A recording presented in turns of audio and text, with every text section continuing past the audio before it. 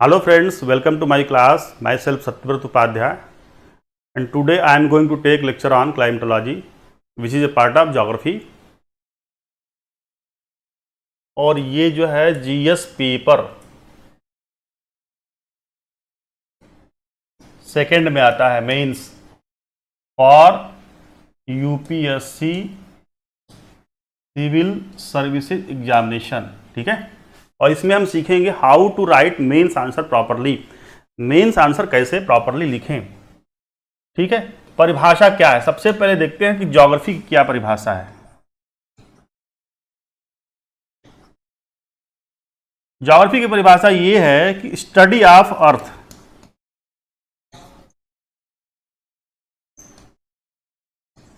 ठीक है, पृथ्वी का अध्ययन किया जाता है ज्योग्राफी में, but in the form of human habitats.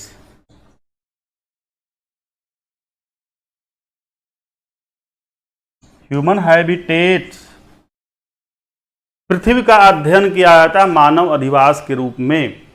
ठीक है, बहुत ही सुंदर परिभाषा है, ये अर्थ है। ठीक है, इस पर क्या है, ह्यूमन रहता है घर बना करके। और अर्थ का अध्ययन क्यों किया जाता है, पृथ्वी का अध्ययन क्यों किया जाता है, क्योंकि इसी पृथ्वी के अंदर आंतरिक भागों में या अर्थ सरफेस के ऊपर बहुत सारे नेचुरल रिसोर्स मिलते हैं। फॉर एग्जाम्पल आयरन ओर, कोल, ठीक है, या जितने सारे मेटल्स हैं, ठीक है, वाटर, वेजिटेशन पैटर्न एक्सेट्रा, ये जितने भी रिसोर्स हैं अर्थ के ऊपर या अर्थ के अंदर, इसका डायरेक्ट अगर देखा जाए तो ह्यूमन इसका डायरेक्टली या इनडायरेक्टली रूप में मानव इसका उपभोग करता है। पानी का डायरेक्टली भी करता है, इनडायरेक्टली भी करता है, कोयले का इनडायरेक्टली करता है। ठीक है, जितने भी खनिज हैं, धात्विक खनिज, डायरेक्टली भी करता है, इनडायरेक्टली भी करता है। राइट, तो चूंकि ये अर्थ का पार्ट है जितने भी रिसोर्स, और ह्यूमन इसका सदुपयोग कर रहा है, उपभोग कर रहा है, तो डायरेक्ट अर्थ का संबंध किस चीज से हो गया, ह्यूमन से। तो जब स्टडी ऑफ अर्थ है, अर्थ का स्टडी कर रहे हो और उसमें ह्यूमन को शामिल नहीं करोगे तो ज्योग्राफी नहीं हो सकती है, भूगोल नहीं कहला सकती है।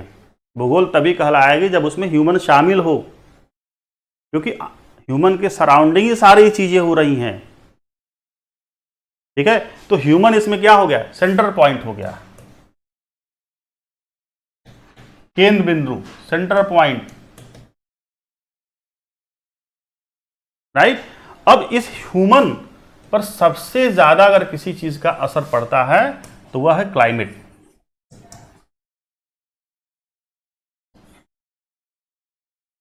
ठीक है, देखो ज्योग्राफी के जो स्टूडेंट होते हैं ना, उनको क्लाइमेटोलॉजी सबसे ज्यादा इंटरेस्टिंग क्यों है, क्योंकि डायरेक्ट असर है ह्यूमन पे, डायरेक्ट असर होता है क्लाइमेट का, धूप, वर्षा, पवन, विंड। ठीक है, ये सारे जितनी भी चीजें हैं ना ह्यूमन के क्लाइमेट के एलिमेंट्स, ये सब असर डालता है डायरेक्टली। इसीलिए क्लाइमेट जो है ह्यूमन से कनेक्टेड है, और इसीलिए क्लाइमेटोलॉजी इंपॉर्टेंट है। तो क्लाइमेटोलॉजी को समझाने के लिए मुझे ज्योग्राफी की परिभाषा समझाना पड़ा। ठीक है, तभी संबंध स्थापित होगा ना। राइट, आगे बढ़ते हैं। अब देखते हैं impact of climate on human activities, मानवीय क्रियाओं पर जलवायु के प्रभाव। ठीक है, जलवायु का प्रभाव कैसे पड़ता है मानवीय क्रियाओं पर, ह्यूमन एक्टिविटीज। ह्यूमन एक्टिविटीज क्या है, देखिए जो भी ह्यूमन करता है, हम जो भी करते हैं वो सब ह्यूमन एक्टिविटीज है। बट ज्योग्राफी की भाषा में ह्यूमन एक्टिविटीज क्या है, देखो जिस भाषा का अध्ययन आप कर रहे हो उस भाषा के अनुसार ह्यूमन एक्टिविटीज क्या है। तो ज्योग्राफी की भाषा में ह्यूमन एक्टिविटीज, सपोज घर बना रहा है मानव, ठीक है, तो जिस प्रकार के घरों का निर्माण करता है, इस प्रकार के घरों का निर्माण करता है और क्यों करता है, यह भी ह्यूमन एक्टिविटीज है। घरों का निर्माण किन कारणों से करता है, ये किस चीज से प्रभावित है, क्लाइमेटोलॉजी से, क्लाइमेट से। क्यों, देखो ये ग्लोब है, इक्वेटर है, यहां का जो प्रदेश है, यहां पे टुंड्रा प्रदेश है, यहां पे एस्कीमो रहता है। एस्कीमो का घर क्या है, इग्लू, बर्फ का घर, बर्फ के घर में रहता है। ठंड ज्यादा पड़ती है, ठंड से रक्षा करने के लिए, शीत से रक्षा करने के लिए उसे इग्लू का जरूरत है, इग्लू बनाएगा, बर्फ। इस प्रकार से इस क्षेत्र में, इक्वेटर में पिग्मी रहता है।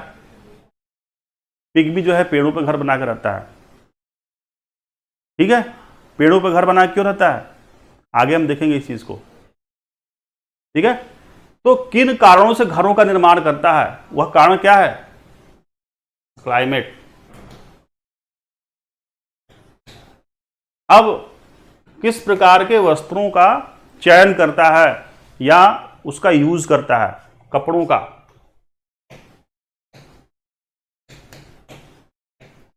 किस कारण से करता है, इस कारण के पीछे भी अगर देखा जाए तो क्लाइमेट ही है, ठीक है। किस प्रकार के भोजन का चयन करता है, इस प्रकार के भोजन का उपभोग करता है, इसके पीछे अगर मूल देखा जाए, मूल में तो क्लाइमेट ही है, ठीक है। अब भोजन, अब भूख मिटाने के लिए भोजन किया, ठीक है, जैसा उसे मिला वैसा खा लिया। घने जंगलों में है तो वनस्पतियों का भी उपभोग कर सकता है, ठीक है। जानवरों का भी शिकार करके, उन्हें मार करके उनको खा सकता है। फसलों के बेल्ट में है, राइस है, वीट है, बहुत सारे जो फसल है, ऐसे बेल्ट में मानव रहेगा तो वही खाएगा। तो अपनी भूख मिटाने के लिए जो कारण है वह क्लाइमेट है। अब भूख मिट गई, प्रोफेशन, व्यवसाय, जीविका, ठीक है। किन कारणों से या किस प्रकार की जीविका का चयन करता है, उसके मूल में देखा जाए तो भी क्लाइमेट है। आगे इसको हम विस्तार देंगे और, ठीक है। पहले परिचय देख लेते हैं। अब प्रोफेशन हो गया, जीविका अच्छी हो गई, चलो कोई बात नहीं, माइग्रेट भी करेगा ना। तो किन कारणों से माइग्रेट करता है, सपोज एक स्थान से दूसरे स्थान तक माइग्रेट करता है, बहुत कारण हो सकते हैं। प्राकृतिक आपदा भी कारण हो सकता है, व्यवसाय का चुनाव भी कारण हो सकता है माइग्रेशन का, ठीक है। तो किन कारणों से माइग्रेशन करता है, उसके मूल में भी देखा जाए तो वह क्लाइमेट है, राइट। किसी विशेष क्लाइमेटिक जोन में जो भी कल्चर या सिविलाइजेशन का निर्माण हुआ है, उसके मूल में भी अगर देखा जाए तो क्लाइमेट ही है। इंडस वैली सिविलाइजेशन, किसी विशेष क्षेत्र में ही उसका विकास क्यों हुआ और विनाश भी हुआ, उसके पीछे भी अगर देखा जाए तो क्लाइमेट है।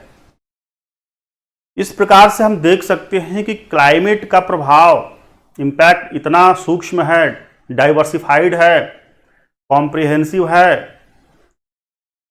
कि इसका अध्ययन करना इतना सरल कार्य नहीं है, बहुत ही कठिन है, ठीक है। बट अगर मूल देखा जाए कारण, इन सारी चीज़ों का जो चुनाव है, चाहे होम हो, क्लोथ्स हो, फूड हो, प्रोफेशन हो, माइग्रेशन, ठीक है, कल्चर सिविलाइजेशन का जो निर्माण हुआ है, उसके मूल में देखा जाए तो जलवायु ही है, क्लाइमेट ही है। तो इस अवधारणा पर हम बल दे सकते हैं, इस कॉन्सेप्ट को समझ सकते हैं कि आज हम जो भी कुछ हैं, हमारा जो भी अस्तित्व है, इसके पीछे अगर देखा जाए तो धूप, वर्षा, पवन, विंड इत्यादि का ही इंपॉर्टेंट रोल है, जो कि पार्ट ऑफ क्लाइमेटोलॉजी है, ठीक है। आगे बढ़ते हैं। तो रीजनल वेरिएशन एंड क्लाइमेट, प्रादेशिक विभिन्नता एवं जलवायु, ठीक है, ये बहुत इंपॉर्टेंट है। Regional variation and climate, regional variation का क्लोज कनेक्शन है क्लाइमेट से।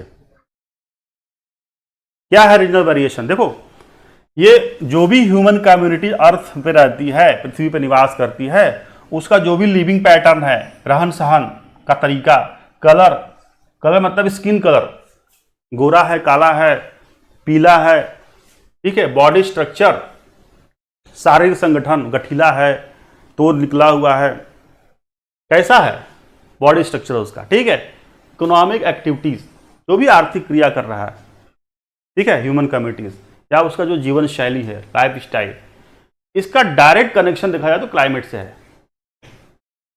ठीक है, ये सब जितने सारे चीजें है ना, ये सब जितनी सारी चीजें, सब रीजनल वेरिएशन का एग्जाम्पल है, प्रादेशिक विभिन्नता का उदाहरण है, और ये सब क्लाइमेट से कनेक्टेड है। फॉर एग्जाम्पल, जैसे अगर वर्ल्ड मैप पे हम दृष्टिपात करें तो ये वाला जो क्षेत्र है, ये वाला जो क्षेत्र है, ये आपका आएगा आर्कटिक बेल्ट में, आर्कटिक सर्किल में आएगा, और यहां पे एक्सट्रीम लेवल की ठंड पड़ती है, 6 महीना दिन 6 महीना रात। यहां पे एक जनजाति निवास करता है, एस्किमो। यहां पे रहने के लिए ठंड से, चूंकि रात में क्या है ना, ठंड ज़्यादा पड़ती है, 6 महीना दिन 6 महीना रात, दिन में तो ठीक है, जब 6 महीना रात का समय आता है, अवधि आता है, इस पीरियड में यह यहाँ पे शीत से रक्षा करने के लिए एक बर्फ का घर बनाता है, इस प्रकार से, इसको इग्लू कहते हैं। ये द्वार हो गया।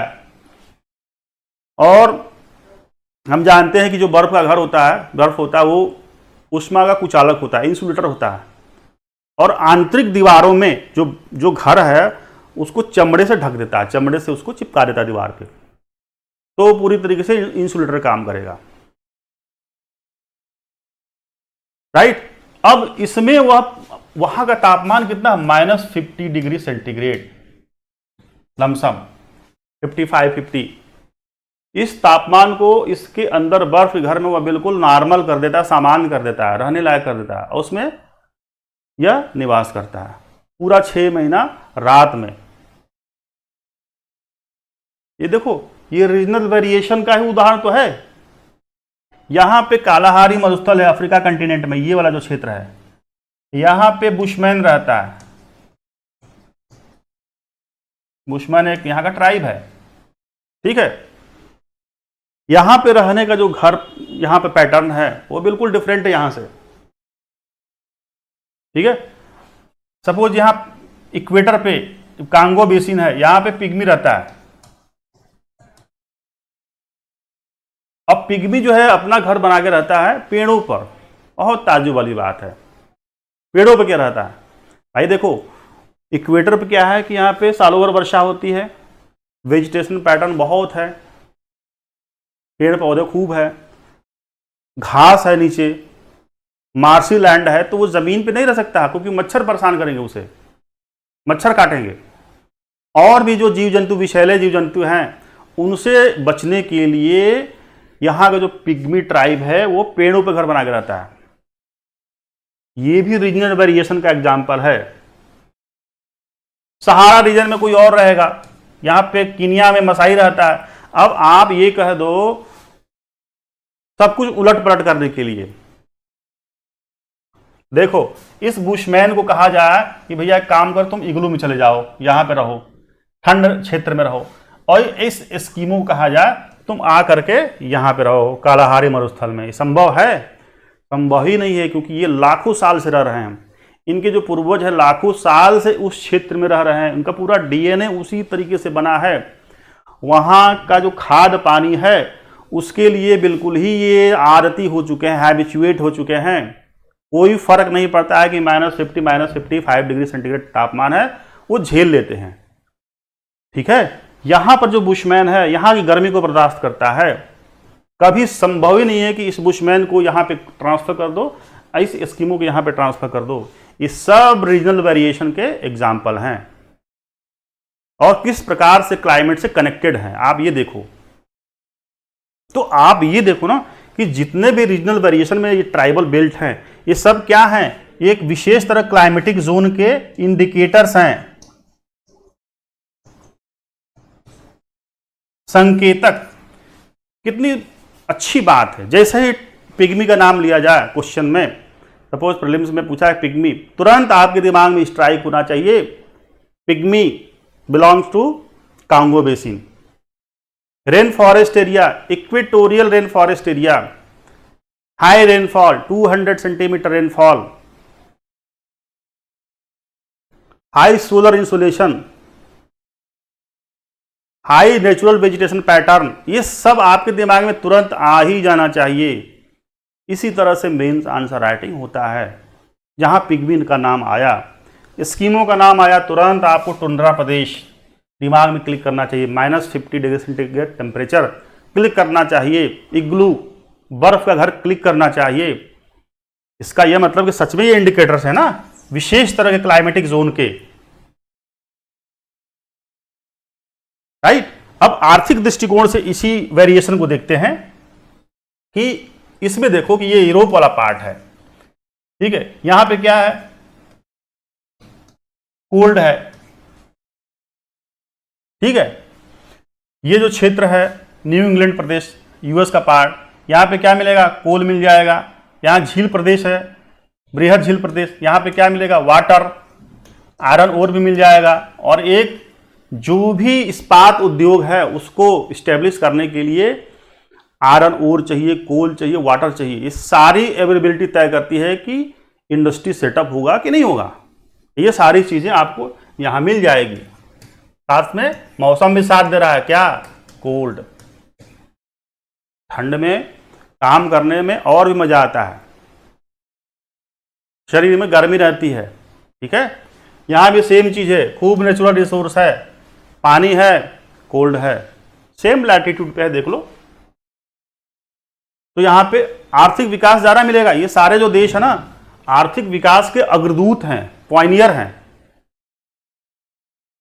But at the same time कुछ ऐसे क्षेत्र हैं जो कि आर्थिक विकास के दौर में पीछे रह गए हैं। जैसे ये अफ्रीका का क्षेत्र, ये वाला साउथ एशिया, ये साउथ अमेरिका का ये वाला पार्ट, क्योंकि यहां पे गर्मी है, वार्म है। नेचुरल रिसोर्स रहने से क्या होगा, ठीक है। ठंड ज्यादा भी नहीं होना चाहिए, ठंड बहुत कम भी नहीं होना चाहिए, मतलब गर्मी भी नहीं होना चाहिए। ऑप्टिमम लेवल का वेदर हो तो बात बन जाएगा। तो आप देख सकते हो ना, कहीं पे एक्सट्रीम लेवल की ठंड भी है, कहीं पे ऑप्टिमम लेवल की ठंड है। जहां पे ऑप्टिमम लेवल की ठंड है वहां पे विकास बहुत अच्छा है, वहां पे आर्ट एंड कल्चर बहुत अच्छा से डेवलप है, साइंस एंड टेक्नोलॉजी बहुत अच्छे से डेवलप है। तो मूल क्या है, जो भी वेरिएशन है इकोनॉमिक दृष्टिकोण से वेरिएशन देख रहे हैं, कहीं पे ठंड ज्यादा है, कहीं पे ठंड कम है। तो रीजनल वेरिएशन का डायरेक्ट कनेक्शन किस चीज से है, क्लाइमेट से, राइट। अब बात करते हैं कि प्रिवेलेंस ऑफ क्लाइमेट इंपैक्ट, जलवायु के प्रभावों की व्यापकता। क्या व्यापकता है, पहला है climate impacts on supply and demand. Climate जो है सप्लाई और डिमांड को प्रभावित करता है, कैसे। फॉर एग्जाम्पल, पहला लेते हैं example, woollen cloth for cold region or cold country, ठीक है। इसको उदाहरण से देखते हैं। जैसे ये भारत का मैप है, ठीक है। अब यहां से एक लाइन खींचते हैं, ये ट्रॉपिक ऑफ कैंसर हो गया, 23.5 डिग्री नॉर्थ, ठीक है। ये वाला जो क्षेत्र है ये टेम्परेट बेल्ट में आता है, टेम्परेट जोन। ये हो गया tropical, tropical zone. Temperate zone का मतलब है कि ये हो गया आपका समशीतोष्ण, यहां पे ठंड भी है गर्मी भी है। बट विंटर सीजन में क्या होता है, इस क्षेत्र में एक्सट्रीम लेवल का कोल्ड है, एक्सट्रीम लेवल की ठंडी पड़ती है। और इस शीत से रक्षा करने के लिए वूलन क्लोथ्स यानी कि ऊनी वस्त्र का जरूरत पड़ता है। तो यहां पे क्या होगा, ऊनी वस्त्र का डिमांड बढ़ गया ना, ठीक है। वही तो यहां पे बात कर रहे हैं कि woollen clothes for cold reason, ठीक है। कैसे ये डिमांड को प्रभावित कर रहा है, ठंड। ठंड यहां पे ज्यादा है तो डिमांड बढ़ेगा, डिमांड जब ज़्यादा है तो क्या होगा, हमें वूलन क्लोथ चाहिए भी, तो यहाँ पे सप्लाई भी बढ़ेगा। ठीक है, सप्लाई बढ़ेगा तो क्या होगा, लोकेशन ऑफ इंडस्ट्री भी तय हो गई यहीं पे। इसी पॉपुलेशन को ठंड प्रभावित कर रहा है ना, ये जो पॉपुलेशन है, तो ये मार्केट यही हो गया, ये बाजार हो गया। ठीक है, तो इसी बाजार के इर्द गिर्द उद्योगों की स्थापना होगी। कौन से उद्योग, वूलन इंडस्ट्री। तो आप देख लो, यहाँ पे कानपुर मिलेगा, यहाँ पे पंजाब, अमृतसर, हरियाणा, ये जम्मू एंड कश्मीर, ये क्षेत्र जो है वूलन क्लोथ का गढ़ है, क्योंकि यहाँ पे डिमांड ज़्यादा है। ठीक है, तो रीजन क्या आया, कोल्ड। अब देखो, मान के चलिए कि यहाँ पे ये तमिलनाडु में लगा दिया जाए, यहाँ पे वूलन इंडस्ट्री, ऊनी वस्त्र उद्योग यहाँ लगा के फायदा क्या होगा। चलो बना दिया, यहाँ पे फैक्ट्री में उत्पादन हो रहा है, और बनाओगे तो किस चीज़ के लिए बनाओगे, यहाँ के लोग तो यूज करेंगे नहीं, क्योंकि यहाँ पे गर्मी पड़ रही है। तो यहां से ट्रांसपोर्ट करके लिए अगर उत्तर में लाओगे, नॉर्थ में लाओगे, तो ट्रांसपोर्टेशन कास्ट लगेगा, अब प्लस एमआरपी जोड़ लो इसमें, तो ये महंगा हो गया ना। यहां पे जो फैक्ट्री में बन रहा है, ठीक है, यहां से बना करके आप ट्रांसपोर्ट लाद करके ट्रक पे ले जा रहे हो यहाँ पे, तो यहाँ के जो मार्केट में लोग हैं यूज करेंगे वूलन क्लोथ्स, उसके लिए तो ये वाला फैक्ट्री काफी महंगी पड़ गई। यहां से उत्पादन हो रहा है वो महंगा हो गया, तो यहाँ पे लोकेशन, यहाँ पे जो इंडस्ट्री का लोकेशन है वो नहीं होगा, नहीं हो सकता है। अगर आप लगा भी देते हो तो आपका नुकसान होगा। तो आप देखो कि ठंड के चलते इस क्षेत्र में डिमांड बढ़ा वूलन क्लोथ्स का, सप्लाई भी बढ़ा उस हिसाब से, साथ साथ में लोकेशन ऑफ इंडस्ट्री भी इसी के अकॉर्डिंग यहां पे सेट हो गई, राइट। अब जैसे अगला उदाहरण लेते हैं कि cotton clothes for warm country या वार्म रीजन। कॉटन क्लोथ्स का जो डिमांड है या सप्लाई, वो किसके हिसाब से है, वार्म कंट्री या वार्म रीजन के हिसाब से। बहुत सुंदर उदाहरण है ये भी। जैसे सपोज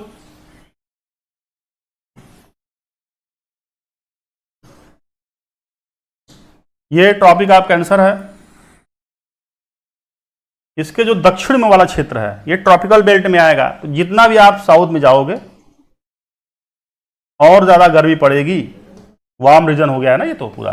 खासतौर से ये तमिलनाडु का बेल्ट है, ये केरला का बेल्ट है, ये आपका आंध्र प्रदेश का बेल्ट है, ये कर्नाटक, इस क्षेत्र में आपको ज्यादा गर्मी मिलेगी। तो यहाँ पे किस चीज का डिमांड होगा, डिमांड होगा कॉटन का होगा। कॉटन का डिमांड क्या होगा, बढ़ गया, उसी हिसाब से सप्लाई भी बढ़ेगी। तो देखो कॉटन का डिमांड सप्लाई कौन तय करता है, वार्म रीजन, राइट। अब देखो, ये देखो कि without clothes or semi nude people in the humid region, ये बता रहा है, ये बता रहा है देखो कि जो ह्यूमिड रीजन है, ह्यूमिड रीजन मतलब कि जहां पे कोस्टल एरिया है, जहां पे ह्यूमिडिटी ज्यादा है, जहां पे water molecule, water content atmosphere में ज्यादा है। ठीक है, अब ये क्षेत्र कौन सा है, ये जो कोस्टल क्षेत्र है, ये वाला तमिलनाडु का, ये केरल का, ये कर्नाटक का, ये गोवा बीच। देखो गोवा में क्या है, सेमी न्यूड पीपल मिलेंगे, जितने भी वहां पे आप बीच पे जाओगे, युवक युवतियां सब जो है आपको सेमी न्यूड कंडीशन मिलेंगे, अर्धनग्न अवस्था में। क्यों, क्योंकि वहां पे ह्यूमिडिटी ज्यादा है। साउथ की जितनी मूवीज हैं, तमिलनाडु की मूवी देखो कि उसमें जो काम करने वाले जो विलन नहीं होता, विलन के साथ जो मारपीट करते हैं एक्शन सीन में, वो सारे जो बनियान में रहते हैं। ठीक है, वो क्यों दिखाया था, क्योंकि वहां सच में लोग सेमी न्यूड पीपुल हैं। कोस्टल रीजन में ऐसे ही लोग रहते हैं अर्धनग्न अवस्था में। तो ये जो है देखो कि ह्यूमिड रीजन क्या तय कर दिया कि कपड़े रहेंगे बट वह आधे अधूरे रहेंगे। इतना डायरेक्ट कनेक्शन है, बात समझ में आई। अगला है कि क्लाइमेट कंट्रोल और फूड हैबिट्स। सही बात है, इसके बारे में हम थोड़ा सा अध्ययन कर भी चुके हैं पहले। जैसा आपका क्लाइमेट है वैसा ही आपका फूड हैबिट्स है। ठीक है। अब एस्किमो क्या करता है, एस्किमो को तो वहां पे घास मिलेगा नहीं, वेजिटेशन पैटर्न कुछ है नहीं, क्रॉप तो मिलेगा नहीं टुंड्रा प्रदेश में। एस्किमो वहां क्या खाएगा, मछली खाएगा। ठीक है। पिग्मी है इक्वेटर पे, कॉन्गो बेसिन में खूब वर्षा हो रही है, वहां राइस तो मिलेगा नहीं, चावल तो मिलेगा नहीं, वो भी जीव जंतु को ही मार के खाएगा। ठीक है। तो इस प्रकार से देखते हैं कि ये फूड हैबिट्स को भी कंट्रोल करता है। क्लोथ्स, जिस प्रकार का क्लाइमेट उस प्रकार का क्लोथ्स, कपड़ों का चयन भी उसी प्रकार से होता है। इसके बारे में पढ़ चुके हैं। हैबिटेट्स, जो भी रहन सहन का तरीका है, आवास है, ये सब अध्ययन हम कर चुके हैं। राइट। अब आगे देखते हैं कि our mental capacity and efficiency also control by climate. बहुत सुंदर। हमारा जो मेंटल कैपेसिटी है, मानसिक क्षमता और इफिशियंसी, कार्य क्षमता, यह किसके द्वारा कंट्रोल होती है, क्लाइमेट के द्वारा कंट्रोल होती है। ठीक है। तो विचार ऐसे ही डेवलप होंगे, जब तक विचार डेवलप नहीं होंगे तब तक आपका आंसर निखर के नहीं आएगा। राइट। तो ये जो एक महोदय है हमारे ज्योग्राफी के बहुत बड़े विद्वान, C.W. वुड्रफ, इन्होंने एक बुक लिखा, उस बुक का नाम है the effect of tropical light on white man. इस बुक में इन्होंने ये कहा कि मोर सोलर इंसुलेशन फॉर बैकवर्डनेस। ठीक है। बैकवर्डनेस मतलब पिछड़ेपन का जो मुख्य कारण है वह more solar insulation. Solar insulation का मतलब होता है कि solar radiation coming from sun towards earth. इसको सूर्यातप भी बोलते हैं। सूर्यातप की मात्रा अगर ज्यादा है, सोलर इंसुलेशन ज्यादा है, तो डायरेक्ट कनेक्शन किस चीज से हो गया, इसका बैकवर्डनेस से हो गया। बहुत ही सुंदर बात। उदाहरण से इसको समझते हैं। देखो ये वर्ल्ड का मैप है, इसको अगर हम देखा जाए तो ये इक्वेटर है, 0 डिग्री इक्वेटर, ये 23.5 डिग्री नॉर्थ,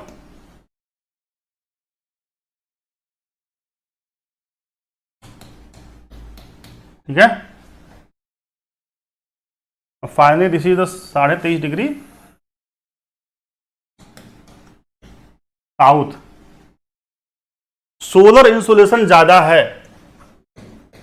वुड्रफ महोदय क्या कर रहे हैं, सोलर इंसुलेशन ज्यादा है तो बैकवर्डनेस ज्यादा होगा।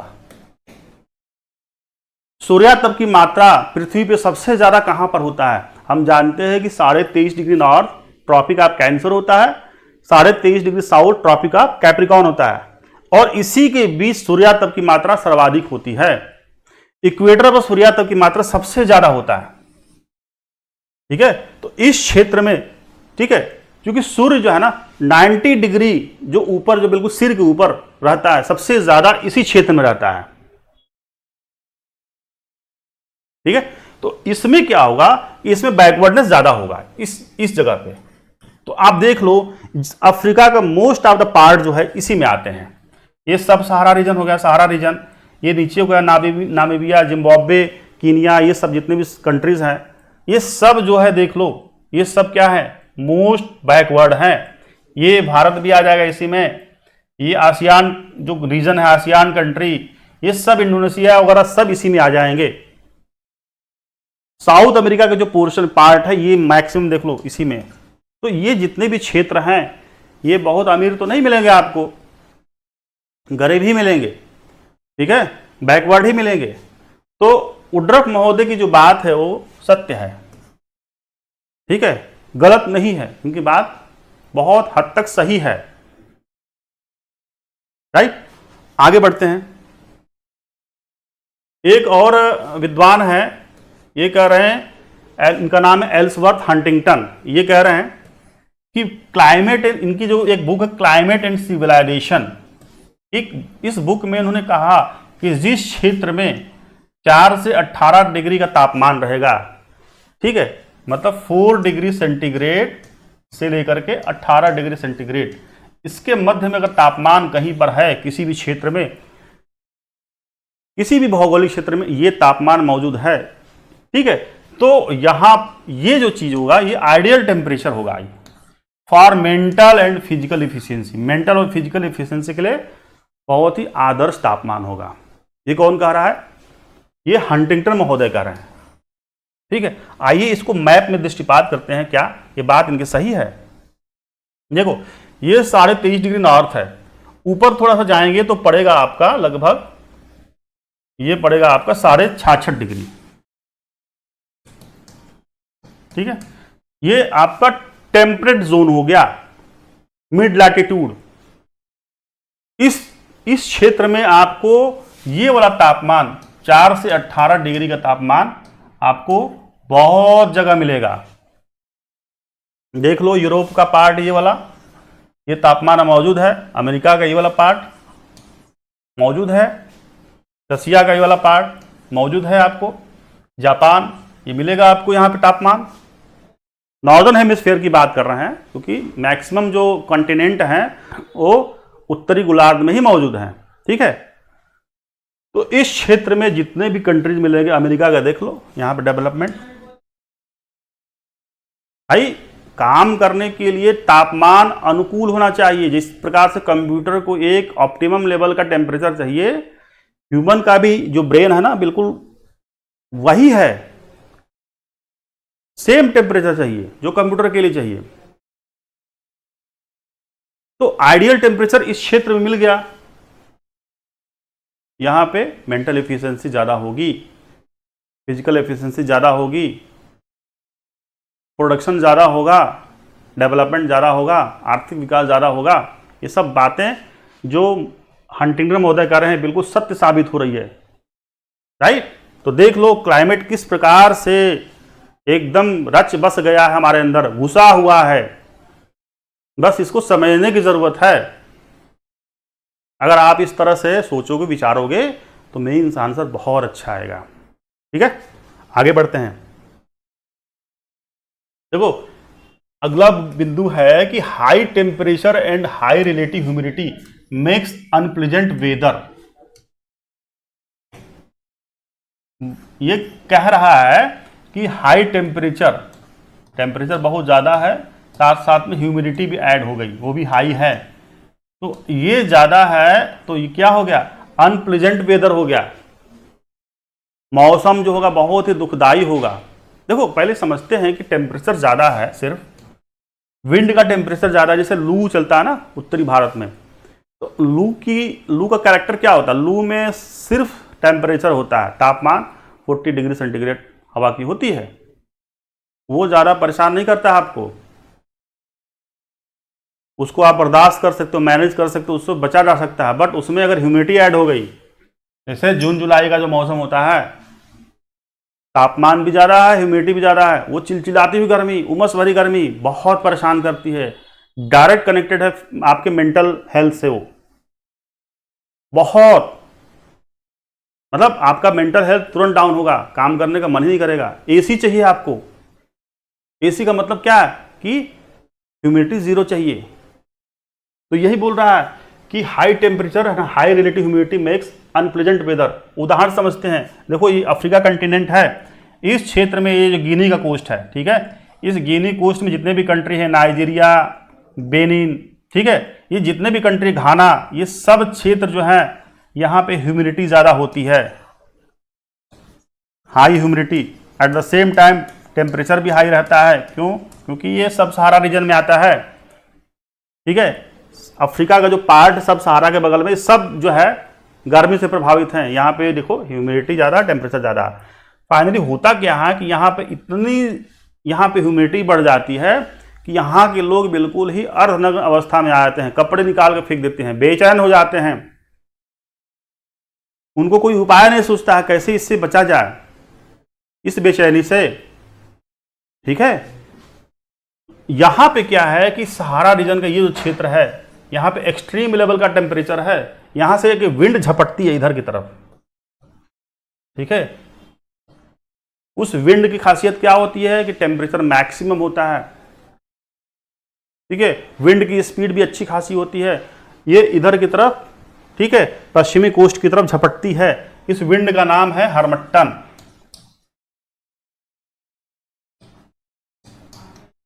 ठीक है। हरमट्टन की क्वालिटी क्या है कि इसका टेम्परेचर ज़्यादा है।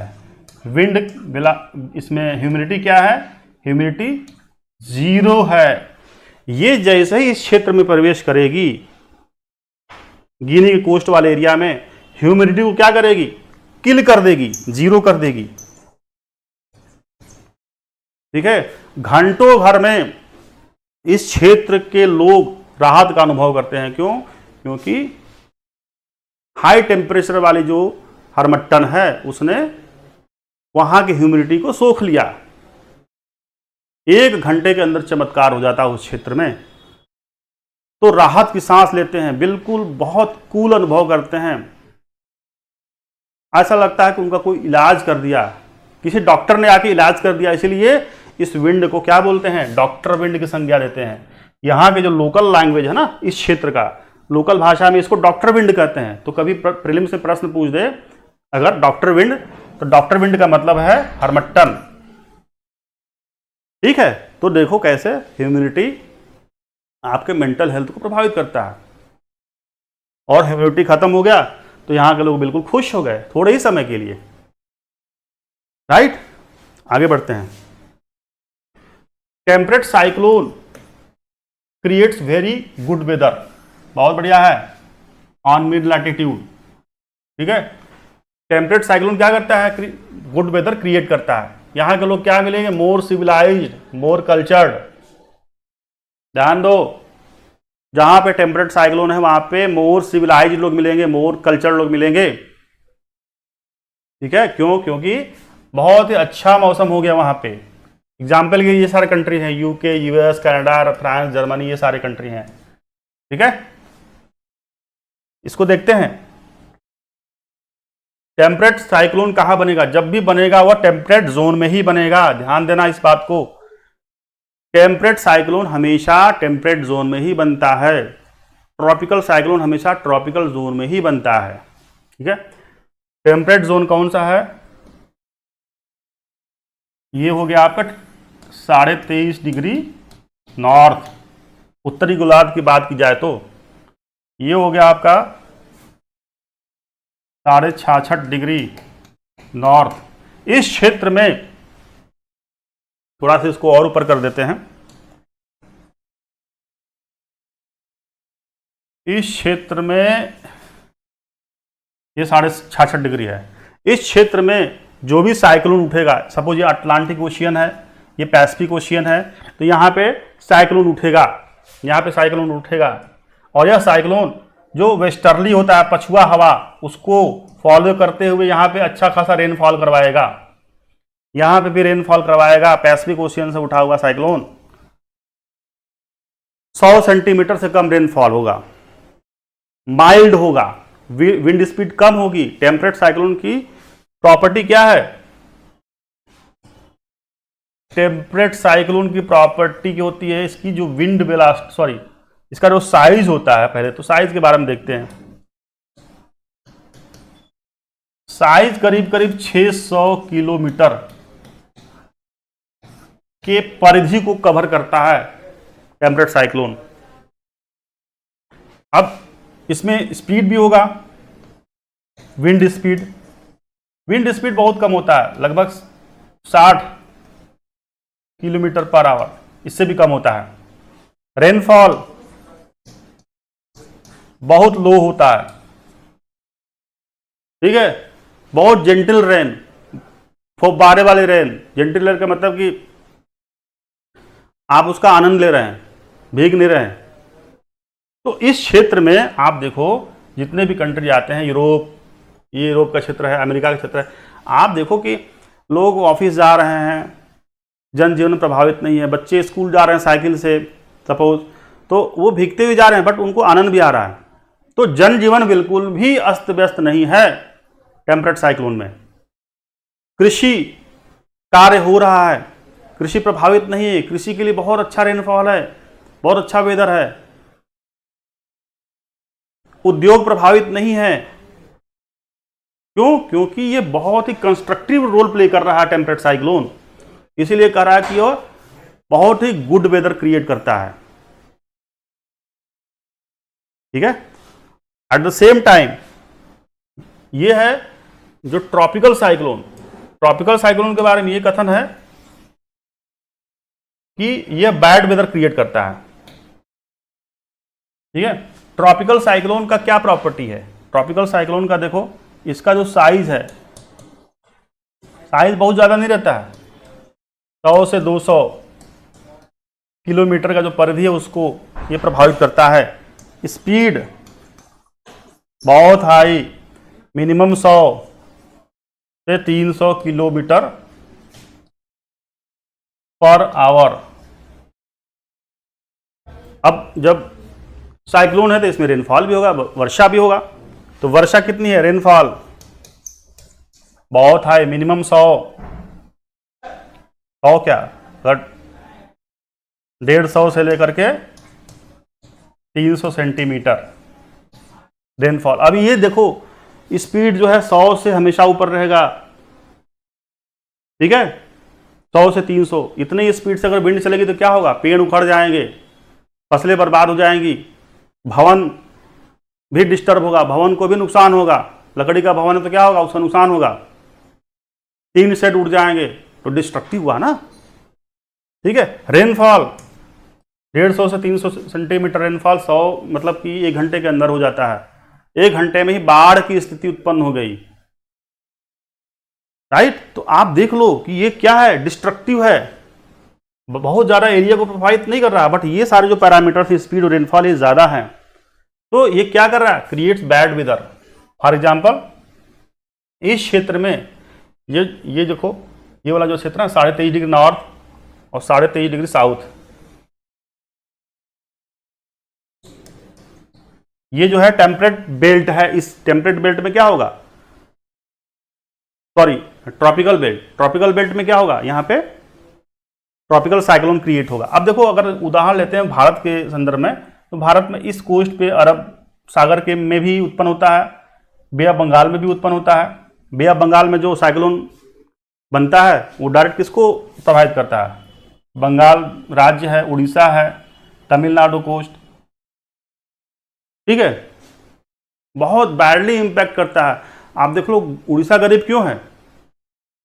उड़ीसा के पास नेचुरल रिसोर्स बहुत है, बट फसलें वहां की बर्बाद हो जाती हैं, क्योंकि हर साल वहां पे ट्रॉपिकल साइक्लोन आता है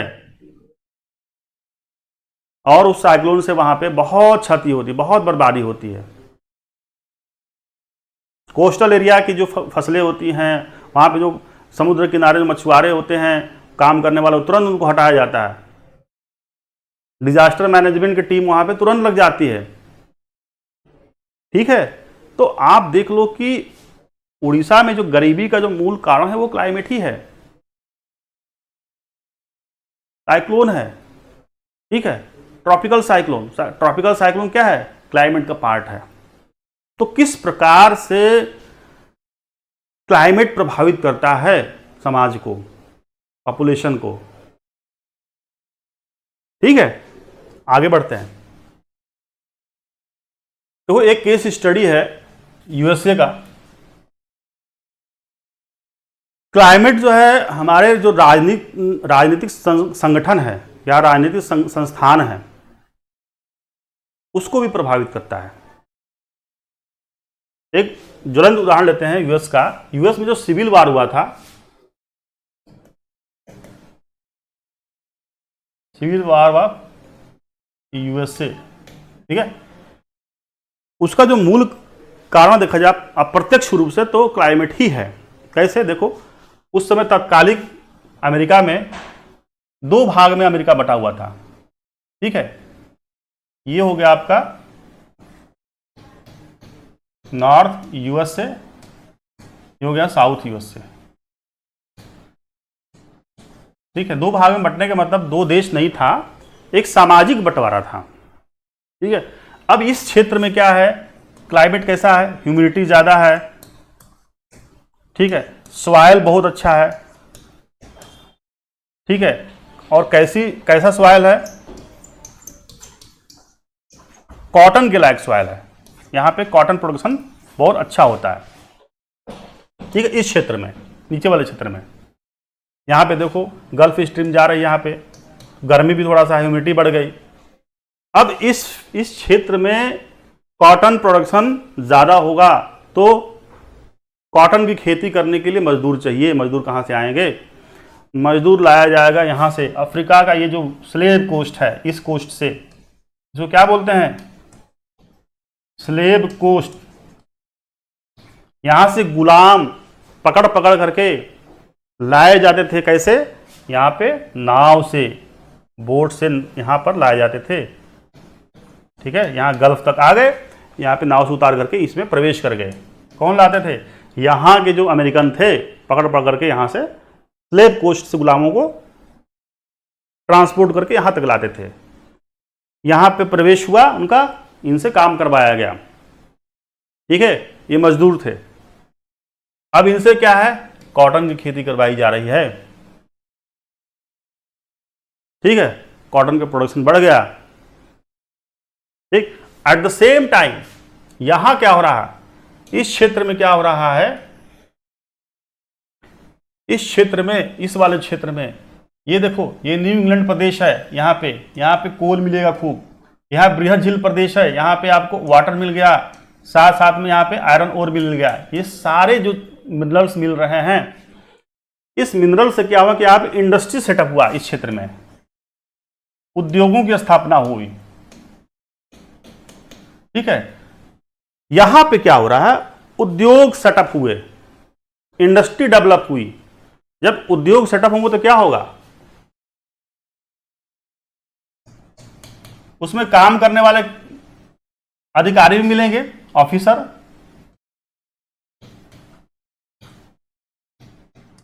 श्रमिक भी मिलेंगे उसमें काम करने वाले। ये क्या है? बेसिकली ये सैलरी है, सैलरी वर्ग है, इनको सैलरी मिल रहा है। सैलरी से क्या होगा? अच्छा इनका लिविंग स्टैंडर्ड होगा, इनके बच्चे अच्छे स्कूल में पढ़ेंगे। ठीक है, यहां पे एक इस प्रकार का समाज का डेवलप होगा जो मोर प्रोग्रेसिव होगा, मोर बस ज्यादा प्रगतिशीलवादी। तो ये लोग क्या अपने आप को कहलाने लगे? मोर प्रोग्रेसिव। कौन? इस क्षेत्र के लोग। क्यों? क्योंकि इस क्षेत्र में इंडस्ट्री सेटअप हो रहा है, यहां पे कृषि का स्कोप कम है। ठीक है, अब जब इंसान ज्यादा प्रोग्रेसिव हो जाता है, ज्यादा इंटेलेक्चुअल हो जाता है, तो वह हमेशा दूसरे में कमी निकालता है। ठीक है, तो कमी किस में निकालेगा? कमी हमेशा साउथ के जो यहां पे किसान हैं, इनमें ये लोग कमी निकालेंगे। कहेंगे ये प्रगतिशील लोग, ये देखो तुम लोग क्या कर रहे हो, तुम लोग जो है इन गुलामों को टॉर्चर कर रहे हो, यहां से जो ला भी रहे हो और साथ साथ में उनको टॉर्चर कर रहे हो, जबरदस्ती खेती करवा रहे हो, उनसे पैसा भी नहीं दे रहे हो उनको ठीक से। ठीक है, तो ये लोग मतलब कि बार बार इनको टोक रहे हैं। ये लोग क्या कह रहे हैं कि तुम अपना काम करो, तुम लोग अपना काम करो, हमको अपना काम करने दो। तो आप देखो कि दो तरह की व्यवस्थाएं, एक कृषि आधारित व्यवस्था, यहां पे क्या है? कृषि है, यहां पे क्या है? उद्योग है। कृषि ने एक कृषि आधारित समाज का निर्माण किया जो बैकवर्ड है। उद्योग ने एक उद्योग आधारित समाज का निर्माण किया जो कि मोर प्रोग्रेसिव है। ठीक है, तो जब दो तरह के समाज का निर्माण होगा तो हमेशा दो तरह के विचार का भी निर्माण होगा, और जब दो तरह का विचार होगा तो आपस में वो टकराएंगे, और जब टकराएंगे तो वह क्लेश होगा, उसी को बोलते हैं सिविल वार। फाइनली क्या हुआ? ये लोग आपस में लड़े, साउथ और नॉर्थ के लोग आपस में लड़े। तो आप देख सकते हैं कि किस प्रकार से यह जुड़ा हुआ है क्लाइमेट से, डायरेक्टली तो नहीं बट इनडायरेक्टली जुड़ा हुआ है। इसको भी आप मेंस आंसर में पिरो सकते हैं। ठीक है, तो क्लाइमेटोलॉजी बहुत इंपॉर्टेंट है। इस तरह से आप विचार करेंगे जोड़ करके। आप देखो ये केस स्टडी जो है, ये सिविल वार का जो पार्ट है, सिविल वार ये हिस्ट्री का पार्ट है, वर्ल्ड हिस्ट्री, ठीक है, वर्ल्ड हिस्ट्री का पार्ट है। बट ये कैसे ज्योग्राफी से कनेक्टेड है, क्लाइमेटोलॉजी से कैसे कनेक्टेड है, मैंने एक केस स्टडी से आपको बता दिया।